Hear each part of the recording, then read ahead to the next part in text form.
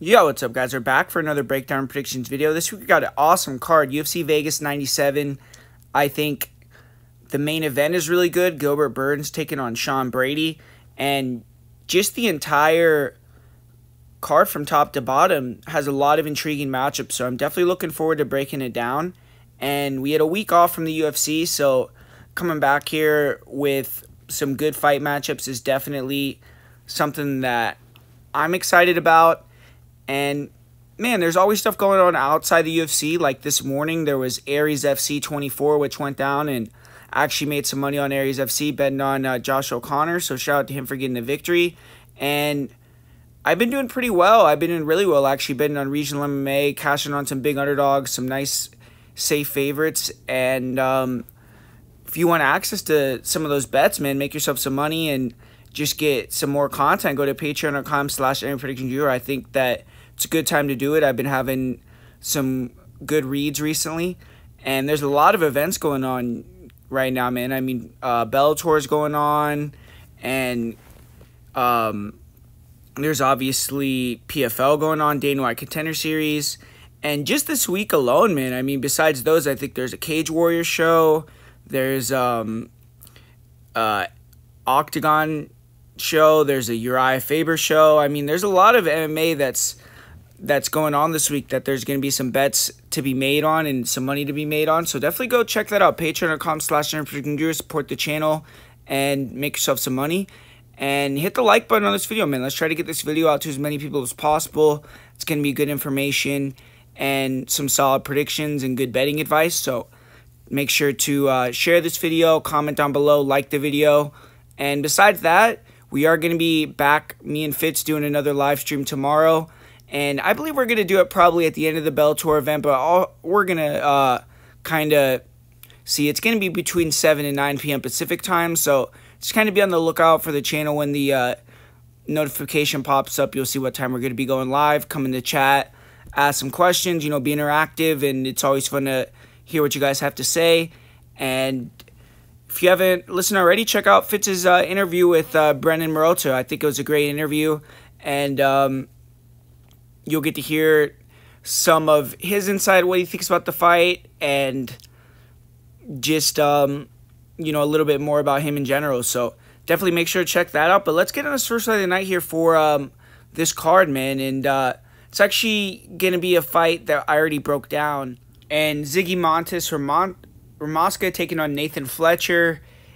This fight was supposed to go on the last UFC card, and Nathan Fletcher had to pull out. I'm not exactly sure why. And I was actually a lot more confident in Nathan Fletcher before that, because just something has kind of thrown me off about the fact that that fight didn't go down. I know that he had a leg break during the Ultimate Fighter, so I just don't know. I don't know if it was what it was, and kind of thrown me off a little bit in terms of my confidence level in Fletcher. But I'm going to have the same prediction. You know, I think that Ziggy Montes Ramoska, he is a big guy for the weight. He's fun to watch because he comes forward, he creates chaos, he has violent intentions on the feet. And I think that his cardio is actually very good. He has solid power as well. But he, to me, is not the greatest grappler. He gets taken down fairly easily, in my opinion. And I believe that Fletcher is going to be able to move around, use his jab, and kind of finesse Ramoska on the outside, and then time the takedowns, get some back control, and probably get the finish on the ground. So I'm still going to be leaning with Fletcher in this one, but to be honest, I don't have as much confidence as I had previously in him before the original fight kind of got scrapped, just because I don't know exactly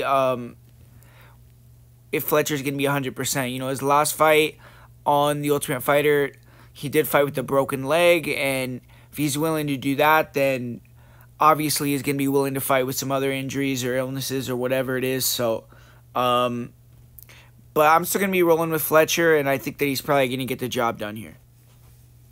And in this next fight, we got Andra Petroski taking on Dylan Budka. And Andra Petroski, he got back into the win column July 13th after dropping 2 fights in a row. It was a must-win for him. He was 5-0 at one point in the UFC, so he needs to beat Dylan Budka in dominant fashion if he wants to try to work his way back towards the top 15 again.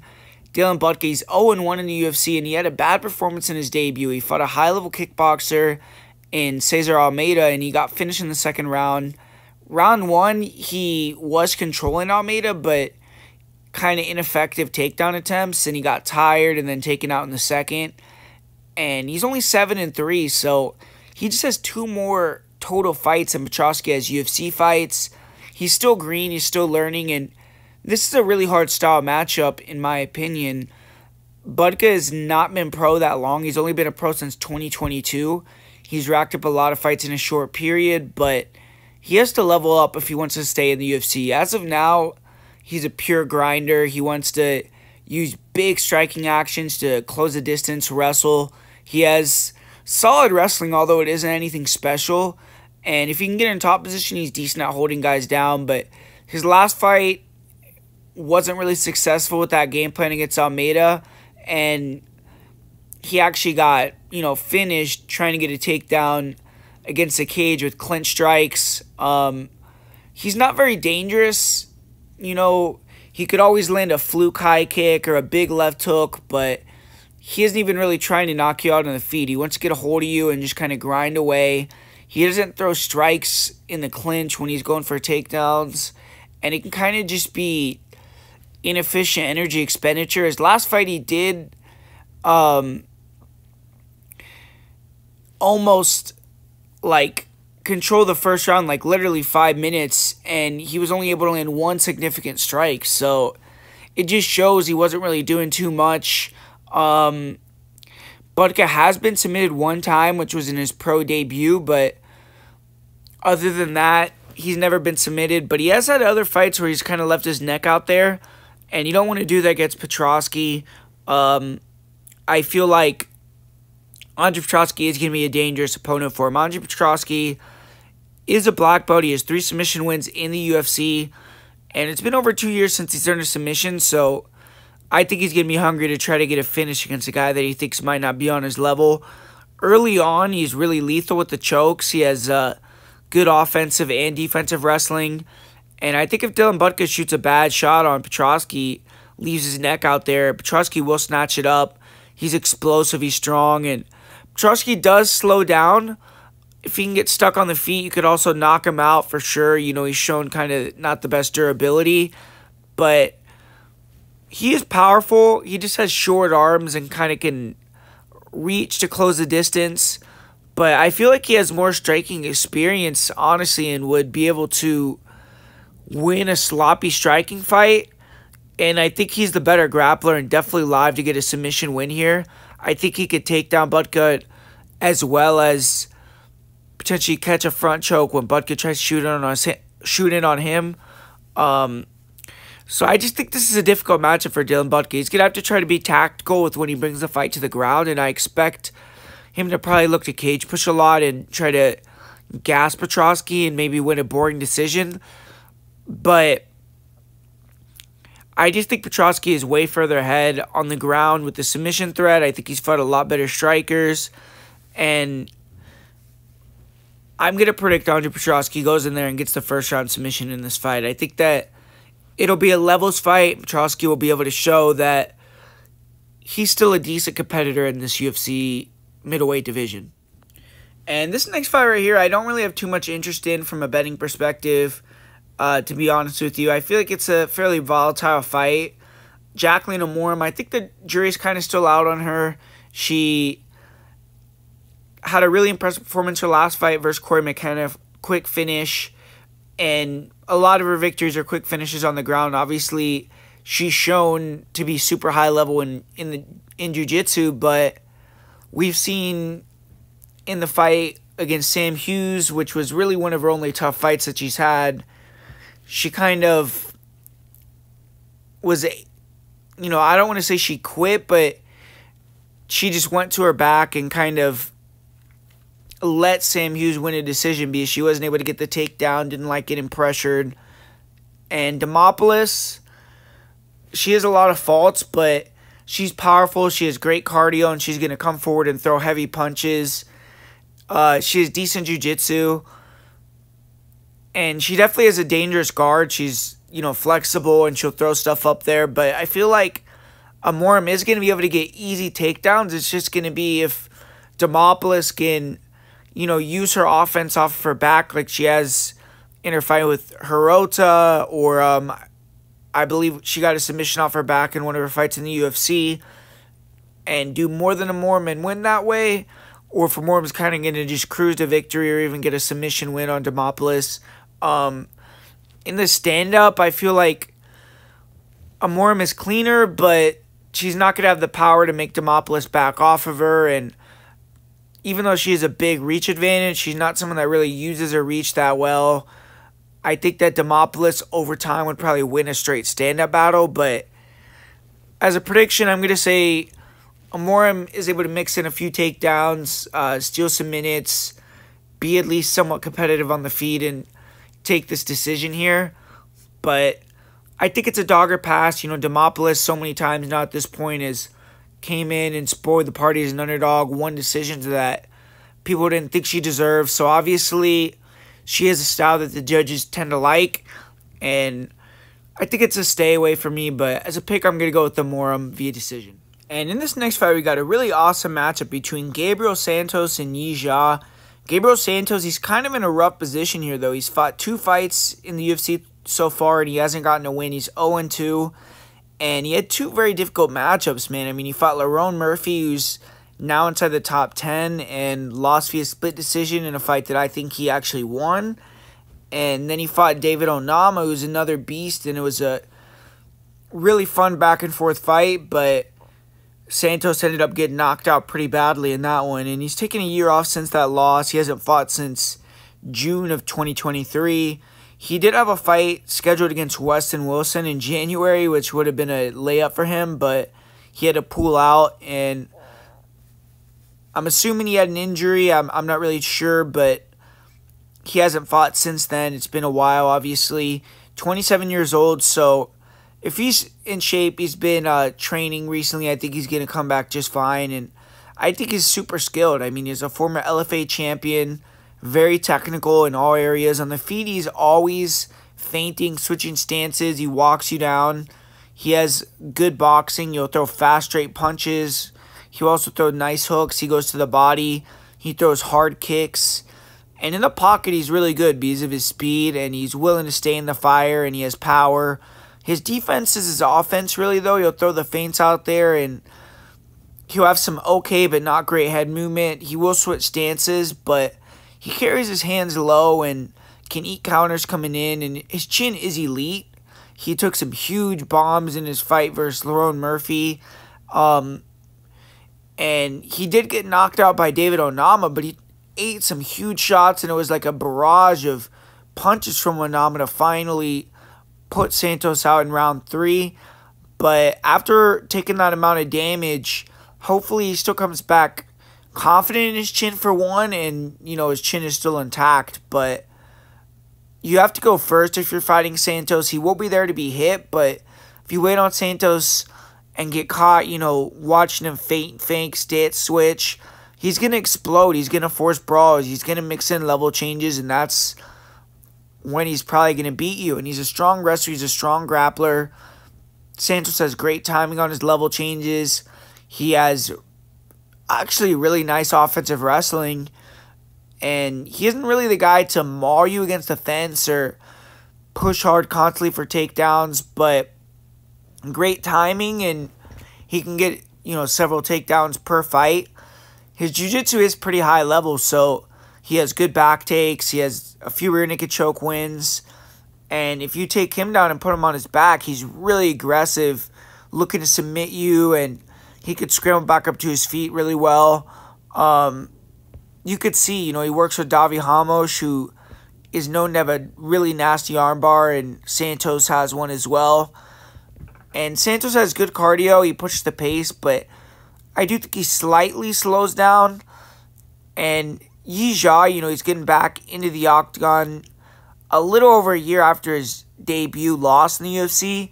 He, made it to the Road to UFC finals from the 2022-2023 tournament and fought Ji Young Lee for a contract, and he lost via split decision in a really close fight. And after that, he went on to compete again on road to UFC tournament. He went 3-0. He got 2 first-round finishes, and now he's in the UFC. So 25-4, he deserves to be here. And he's a very solid fighter. He's primarily a grappler. He has solid wrestling. He shoots hard singles, doubles. He has good clinch takedowns, nice throws. His top control is very good, and he can do kind of more controlling than damage, but he's sticky. He's hard to get away from. And he has lost controversial decisions, like his UFC debut, where he had over 8 minutes of top control, but he still lost because damage is king, and he just didn't do enough of it. But if you take him down, he is dangerous as well. He's gotten a few arm bars. He is just a solid grappler overall. And he isn't a fighter who wants to strike for long, but he finds the chin with his punches fairly well. He'll feint the level change, come over the top. He has pretty good elbows, but he holds his hands too low. He is durable, but I think that, eventually he's going to get knocked out. And he throws some hard kicks. He's light on his feet, but he won't have the volume or defense to deal with Santos. And I think Santos is too active and accurate. I think Santos' leg kicks are going to be a factor. And ultimately, I just think Gabriel Santos is the better fighter. And it's a hard style fight for Yijia. Santos is going to be way more active. He's going to be sharp with his hands, with his leg kicks. I think he's going to chop up Yi. Yi is going to look to embrace the grind, but I think he's going to struggle to control Santos. Even if he does take Santos down, I think Santos is going to throw up a lot of offense. And Santos did get taken down a couple of times by Lerone Murphy, but I just feel like he's going to do more off his back and get up even if he does get taken down. And I feel both these fighters can get takedowns, and I think that Santos maybe even will be able to get on top of Yijia and maybe break his spirit with that. But I think the grappling is going to be fun to watch, and I just think Santos is going to do a lot more damage over 3 rounds. And historically, Yijia has been super durable, but I do have a feeling that Santos is going to get him out of there in this one. I'm going to go Santos via knockout in round 2 in this fight. I'm going to say he finishes Yijia. And continuing through the card, we got Lima versus Felipe dos Santos here, and it's going to be a fun kickboxing fight between these two guys. Lima, he's going to be the sharper, more technical striker in my opinion. Lima's going to be able to land hard leg kicks. I think he has a nice jab, and I just think he throws the tighter, straighter punches. He's an accurate volume puncher. I think he's not as powerful as Dos Santos, and Dos Santos is going to be the bigger fighter, but he's more of just a brawler. He's powerful. He throws hard kicks. He'll throw heavy punches. He does go to all parts of the body with his kicks, and he is durable. He's also dangerous in the pocket. I don't really see either guy going for takedowns. Cardio, I do think Lima's going to have the edge there. I think he's a little more composed. And Dos Santos maybe could, muck it up and make it ugly. But ultimately, my prediction will be Lima to be superior striker and win a decision on the feet here. I think he's going to move to 3-0 in the UFC and beat Felipe dos Santos. And up next, we got Isaac Dulgarian taking on Brendan Morote. And Dulgarian, he's one of the biggest favorites, if not the biggest favorite in UFC history. I'm not 100% sure on that, but humongous favorite is Dulgarian, coming off his first loss of his career to C-Rod. And he's taking on Brendan Morote, who came in the UFC, was at 155, and fought Terrence McKinney on really short notice, got starched in 20 seconds in that one, and it just was, you didn't really get to see his skills at all. But now he's gotten a full camp.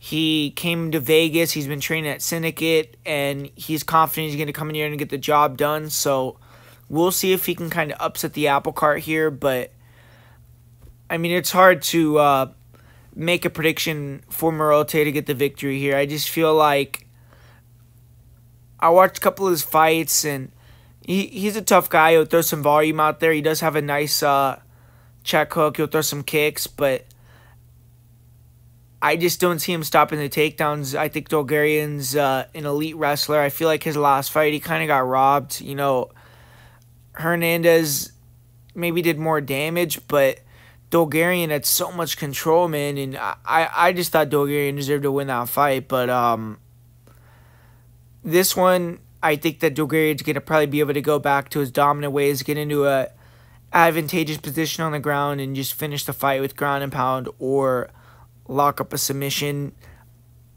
and probably in the first round here. I mean, that's what Dulgarian has done in all his victories.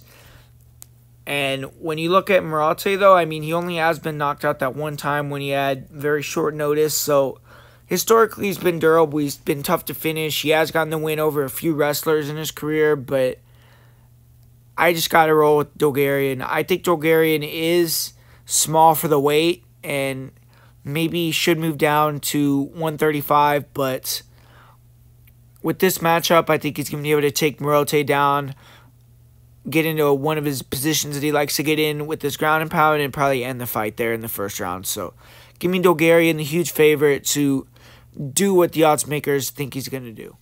And this next one, we got another cool matchup between Rong Zhu and Chris Padilla.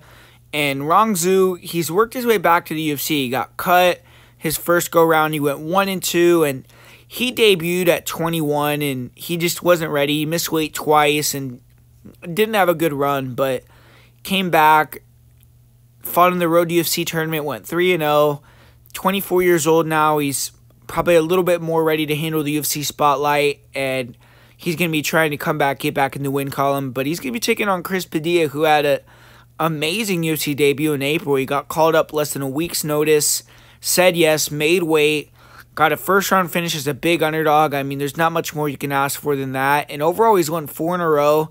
Both fighters have momentum, and this fight's going to tell you more about Padilla, because if he can replicate a similar performance here against Rong Zhu, who I think is a little bit higher level than James Yontop, I think that's going to be a very, very impressive statement. But Padilla, athletic guy. On the feet, he's better when he can go forward. He's fast. He has good feints, good jab, and he backs guys up and likes to clinch you. You kind of have to pressure Padilla to be successful. He is fast, so he'll time some nice counters, and he does have power, so you have to have a chin. You kind of have to be defensively aware with your pressure, but he doesn't check leg kicks, and he is pretty hittable, Padilla. So fighters walk him down, kind of shut down his wrestling, get the beat on his counters. They're going to be able to have success on the feet. And Padilla does have good wrestling, though. He has solid cage wrestling. He has good timing in the open mat. And his top control, his ground and pound, his submission game are all on point. He's also aggressive. And he's a finisher. I mean, he's finished all but one of his wins. So if you look at his last fight, that back take was really nice. He got the quick submission, and that's what he's going to be looking to do here. But Rong Zhu, good boxing. He's a pressure fighter. He's just a little bit slow. His footwork is plotty. Doesn't have fast hands, but he'll throw nice 1-2s. He's comfortable in the pocket with his counter hooks. And he has good counter knees, too, which I think could be effective here against Padilla. He's durable. His defense isn't good, but he could take a shot and keep coming forward. And when he backs fighters up, he will let his hands go and rip the body. And if he can back up Padilla and be in the pocket, I think he's going to have a big advantage there. He is slower, and I think he's going to have to, I don't know if lose the first round, but probably figure out how to get inside in the first couple minutes of the fight. And he might have some issues with the speed, but I think if he can't finish Rong Zhu with a choke or something early, I think Rong Zhu may start to be more effective with his pressure, do damage, and get ahead. And Chris Padilla would have to have really good cardio, I think, if he can't get the takedown to win this fight, because Rong Zhu is going to be pressuring him, and Padilla is not going to be comfortable in the pocket. But Rong Zhu is putting a lot of work in his grappling.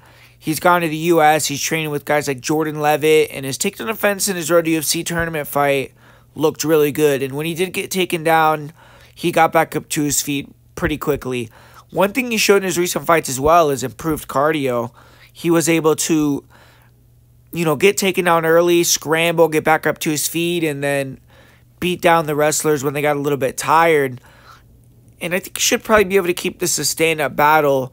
And I edged this fight to Rongzhu. I believe that in round 1 that he could struggle with the speed, but after the first, I think he's going to pressure, use that boxing, and get a decision win here. So give me Rongzhu to get the job done. And this next fight, man, this is going to be a crazy fight. Battle of two wild brawlers with heavy knockout power, Trevor Peek and Yanel Ashmouche. Trevor Peek, he's a fan favorite. He's all action. And Yanel Ashmouche had a vicious knockout in his one UFC win. So both these guys lost their last fights. They're going to be hungry to get the job done here. And Ashmouche and Peek are the same age. Size-wise, they're very similar. So it's a good matchup. Ashmouche, he had an arm injury in his last fight. He hasn't fought in over a year. But he looks really, really in great shape and tuned up to come in and have a war in this one. And Trevor Peek just had a really tough battle with Charlie Campbell 5 months ago. So Peek's coming in here after taking, quite a bit of damage pretty quickly, in my opinion. But style-wise, this is a great clash. Both these guys have big knockout power. They can get wild. But I do think Ashmouche is sharper, has straighter punches. And I actually think his defense is a little bit better also. Peek has the potential to just use his size, his cardio to make it ugly and competitive on the feet. The wrestling and the grappling, I do think, is close. All in all, I mean, it is a close fight. Both fighters are really durable. Neither guy's been finished. And most of the time when they win, they get finishes. So it's hard to, really be confident in either guy, clearly winning a decision. When you look at Ashmouche 1-1 in decisions, Trevor Peek 1-2 in decisions. So that's why I think it's a close money line as well. But I'm going to slightly edge the fight to the guy that I think is a little bit more technical, and that's Ashmouche, and I'm going to say he gets this victory here. And this next fight, I love this fight, Matt Schnell versus Cody Durden. Shout out to Cody Durden because I think he signed a new UFC contract because he stepped up on short notice and took this matchup with Schnell. Schnell, he was going to take on Alessandro Costa, and that fight ended up not happening, so now Schnell's taking on Durden on really short notice, and I was fairly surprised to see the line come out with Durden at such a big favorite. I feel like Schnell, he's a really skillful guy, but it's just his durability is a major issue at this point, and I think that's what people point to when they have no trust in him and they open Durden as, such a big favorite that he is.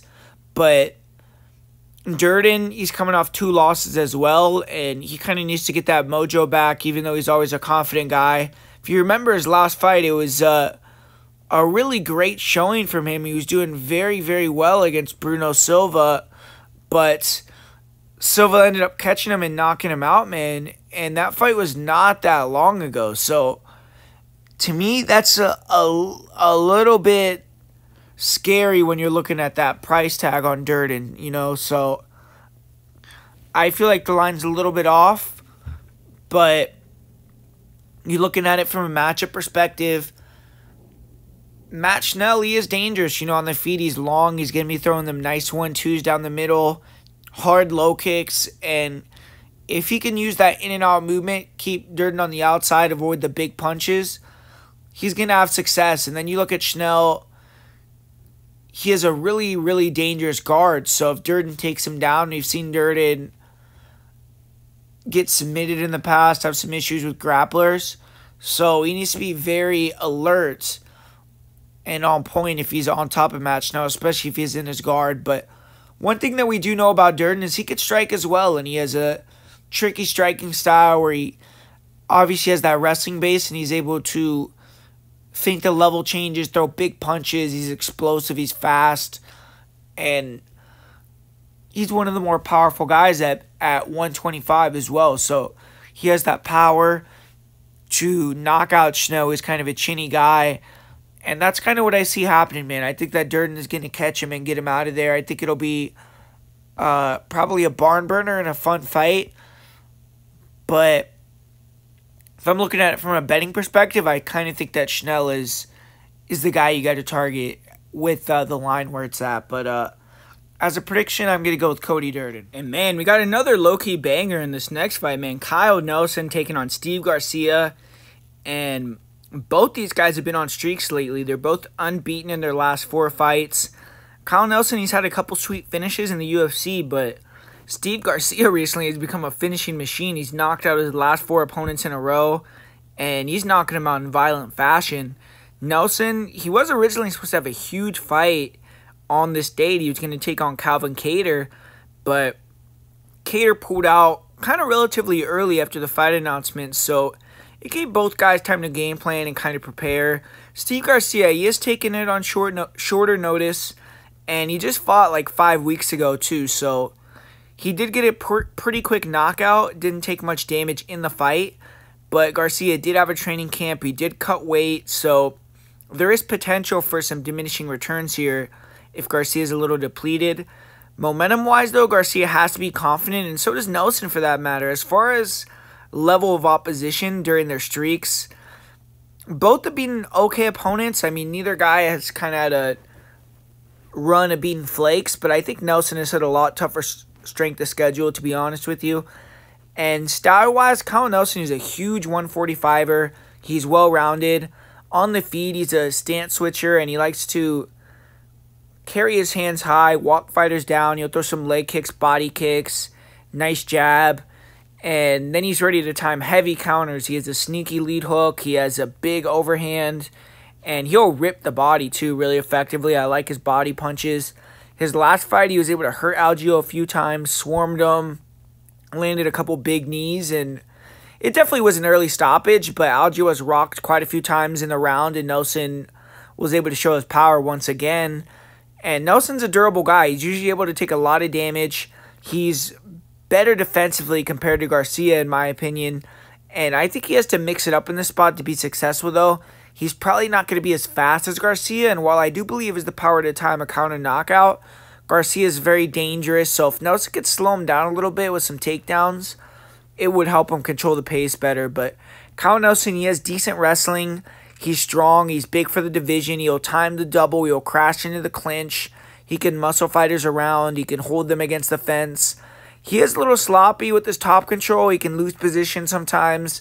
He'll kind of try to jump on the back a little too hastily and give up that top control. But one thing about Steve Garcia is he can be controlled and he gives his back up. So that's something Nelson could definitely exploit here with a little bit more composure and grappling sharpness. But Nelson, you know, he did have some problems in that dirty boxing range in the clinch with Billy Q. And Billy Q was able to get him tired and finish him in the third. So he has to be aware at all times with Steve Garcia in close range that Garcia has that short-range knockout power. But I feel like the fact that Kyle Nelson was getting ready to fight a really good stand-up fighter in Calvin Kattar probably means he was mixing it up, trying to wrestle during his camp. So hopefully he's ready to get some takedowns here. And cardio-wise, Nelson's had issues in the past, but he said that he's kind of taken control of that, and it was a diet issue and some other things where now he has better cardio, and it's shown in his subsequent fights during this win streak. But if someone's going to get him tired, Steve Garcia is a guy that pushes a high pace. And you look at Steve Garcia, he's fast, explosive southpaw. He's a pressure fighter. He likes to bring the action. He has good feints. He'll fake the level changes. He has long arms. And he kind of uses his fakes to lull fighters, and then he'll explode in with heat. 1-2s, really nice right hook.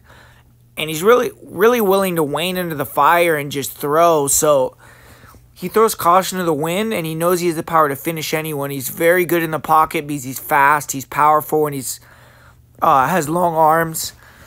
And he's more vulnerable when closing the distance. He got put to sleep by Mahishata, and sometimes he'll drop his hands and kind of just run in, which if he's timed, he can get put out, but his chin is good and he trusts it. Kyle Nelson isn't really someone you want to get hit too much by, though, so I think that Garcia has to respect the power.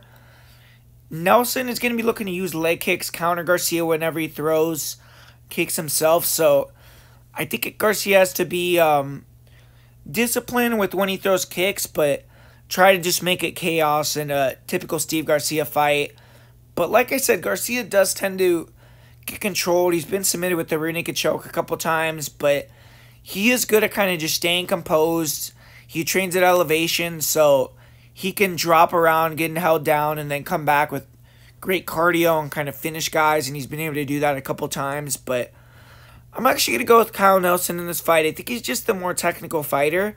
I expect him to have a good game plan. I think he can win over 3 rounds by mixing it up, or I even think he can get the knockout. And I'm actually going to predict that Kyle Nelson cracks Steve Garcia with the overhand or a lead hook and finishes him in the first round. So I'm going with Kyle Nelson to win this one via knockout. And man, this is a tough fight for me to predict. I think the line's a little off in this one. I think that originally where the line was at was probably fairly accurate, with Natalia Silva's shorter favorite on the opener, but now she's ballooned to like a minus 250 favorite, where I think that Andrade is like plus 250, so Silva's even higher than that, like minus 300. So I think Andrade has some value at this point, honestly.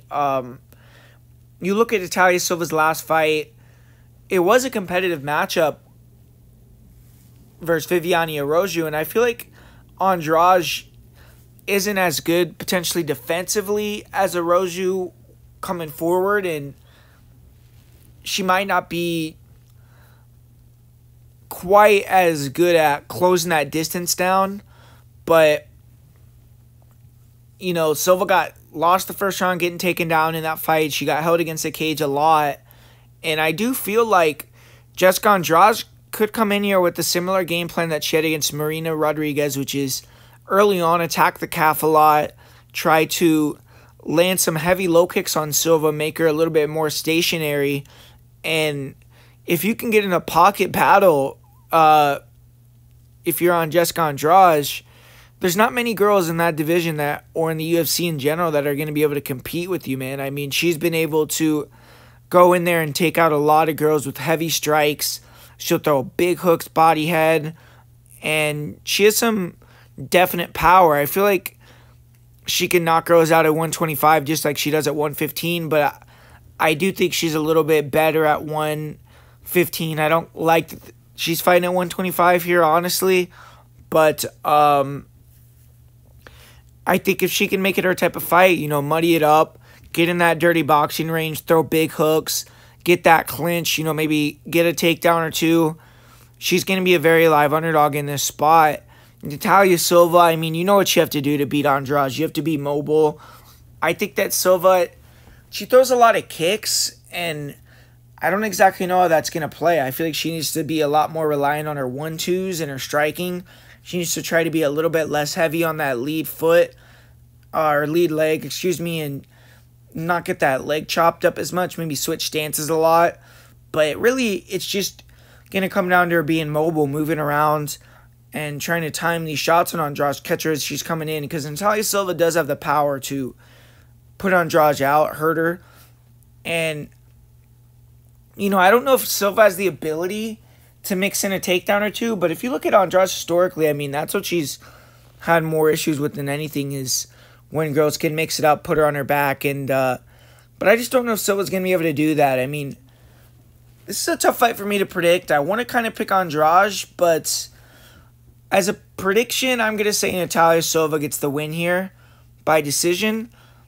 But I think the value is on Andrade, and I kind of want to pick her, but I don't like the 125. She is a little bit older. She's had a ton of fights, and, you know, the game plan's out on how to beat her, and I think that Silva's a smart fighter that has the ability to implement that game plan, and it's just going to come down to if Andrade can mitigate that with damage and make it more of a brawl. But I'm going to slightly lean with Natalia Silva by decision. And last but not least, we got the main event between two top 10 welterweights, Gilbert Burns and Sean Brady.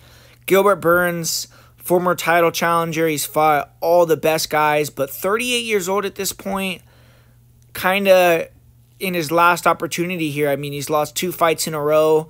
Obviously, he's been fighting top flight competition. He had a competitive fight with Jack Della Maddalena, who's streaking right now in his last fight before he got taken out late.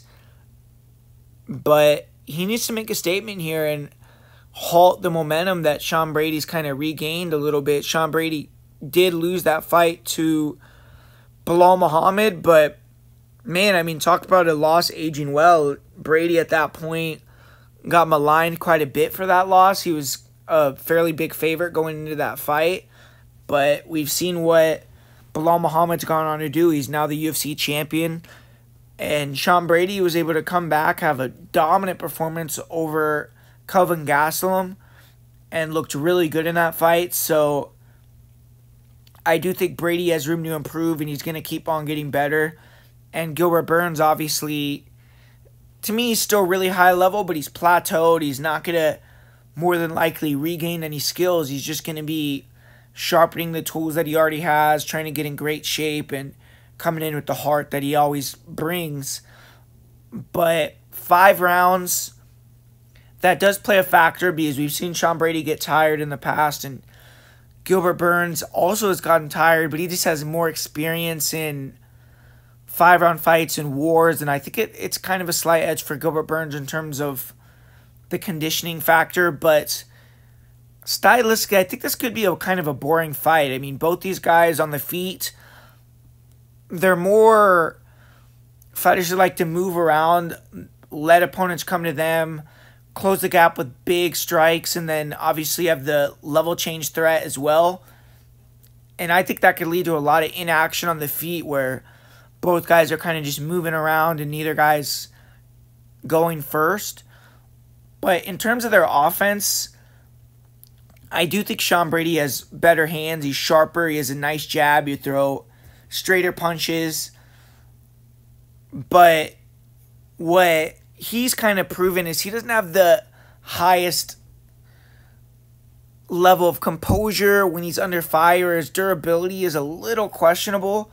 I do kind of feel like that stoppage with Bilal, I understand it. It's justified because it was a big barrage, but there was like less than 10 seconds left in the round, and he got stopped via standing TKO, so it wasn't like he got knocked out unconscious or anything. He's never been really, really super, super hurt, but Gilbert Burns does have that power to knock you out. But Gilbert has struggled with guys with sharp jab and good ability like that. And I feel like Brady has to take a little bit more risks in this fight. Try to be the fighter that goes first. Use that jab and try to feint, get Burns to open up, and then intercept him with your straighter, faster punches. And if he comes in good shape, I think he's going to be able to be the stronger guy, the bigger guy. Burns has fought at 155 before.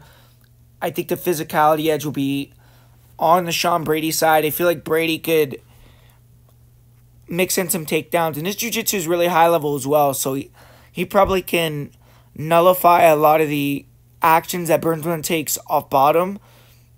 And I think it would be smarter for him to kind of get takedowns later in the rounds when there's not a lot of time for Burns to get much going, in the grappling realm. But I think Brady's going to be confident going to the ground at any time with Gilbert Burns and feeling comfortable. We saw him in the guard of Craig Jones, and he didn't get submitted in that match. So I feel like he's going to be confident there. But I'm going to go with Sean Brady. I just think that it's his time. Gilbert Burns is elite fighter for many years now, but it's a kind of a fight between two guys that are similar. I just think that Brady's going to be a little bit bigger, maybe a little bit sharper with the striking. He's going to have a little bit less wear and tear, a little bit stronger, more physical guy, better wrestling, I feel like, and he's going to, if he comes in shape, get the job done. I think he'll win a competitive decision. Gilbert Burns isn't going to roll over for anybody, but I'm going to go with Sean Brady in this one. So thanks for watching, guys. That's the full card breakdown and predictions for UFC Vegas 97. As far as a parlay of the week and most confident pick this week, for my most confident pick, I guess Dulgarian, but besides him, I am fairly confident in Andra Petroski getting the job done as well. And for a play of the week this week, I'll give you guys a parlay with Gabriel Santos and Andra Petroski. So thanks for watching, guys. Hopefully you enjoyed this video, and I'll be back talking to you guys soon.